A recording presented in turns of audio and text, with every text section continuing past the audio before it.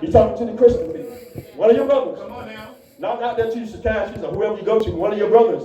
Confront them. That's right. Let's confront them one-on-one. That's brother, right. you know, I see something that's going on with you that I don't approve of. I think we need to sit down and talk about it. Preach, If he's a man of God or a woman of God, you don't realize and recognize nobody's perfect. That's Just right. sit down and talk about it. We have some, just a normal conversation, but we have to argue, fuss and fight about it. Amen. You're wrong against your brother, just bring it to his attention.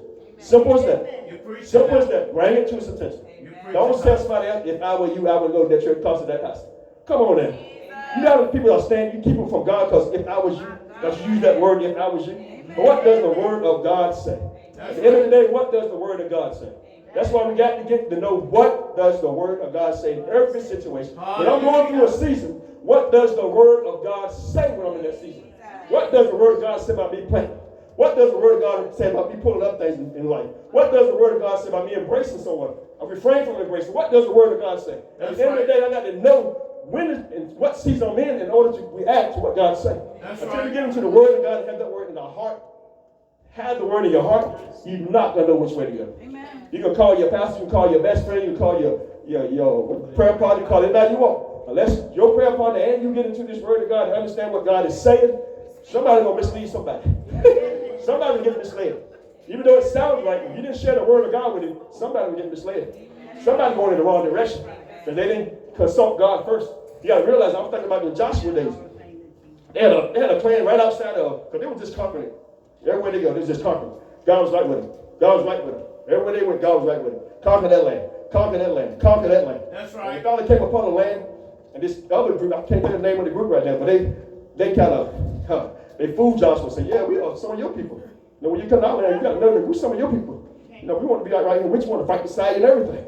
So and Joshua didn't even consult God. Even the head, the priest, everybody, they didn't consult God first. They're like, yeah, this sounds good. Yeah, maybe y'all want some of my people. Y'all come on in. Come on, join us. Sometimes we just accept anything because it sounds like God. Sometimes we just say, come on in.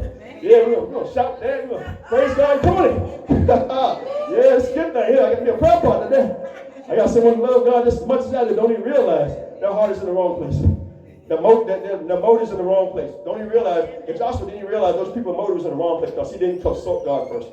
He didn't consult God. What happened in the end? When they went to the water, the next war they went to, they wound up losing the battle.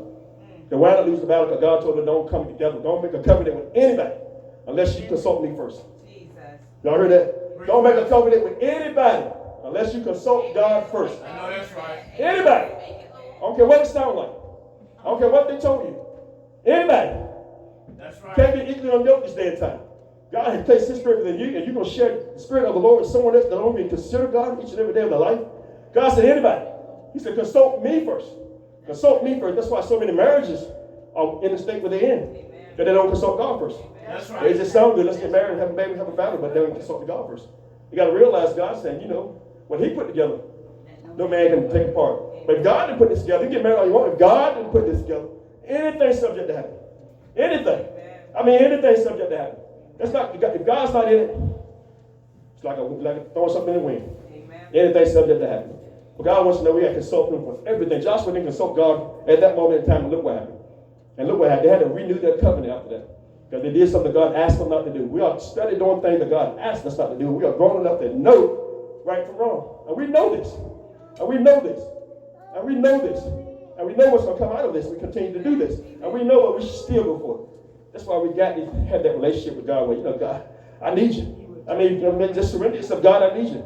We're not going to do all things right. Nobody in here is perfect. Nobody's going to do all things right. We know the things that we do sometimes that we shouldn't be doing. God says, just surrender yourself. I'll take it from there. Just consult me first. Just consult me. When that thing come upon you, that you know it's not of God, get on your knees, consult God. You don't have to, if you're in a place where you can get on your knees, just talk to God. God, you know what I'm going through. I was going through some things in my life that was going on and on and on for a long time. And I made up my mind one day. I said, God, I'm going to give this to you. I'm going to just surrender, give it to you and see how it goes. I never really gave it to God because I want to hold on to it. I just want to hold on to it. And that thing that I was doing, I just wanted to hold on to it. I never really gave it all to God. And once I made up my mind, I'm going to give it to God, just like overnight. And you think about it once in a while, but overnight, God took it away. But we got to be submitted to doing what he asked us to do. In the meantime, we got to be submitted to doing exactly what God asked us to do. And it's time, I mean, we live in a new day and time today. God's coming back soon and very soon. He's looking for his church. Be doing his work. Whatever he is planning in your heart to do what thus said the Lord. God, the Bible said, love the Lord thy God with all thy heart, With all your heart.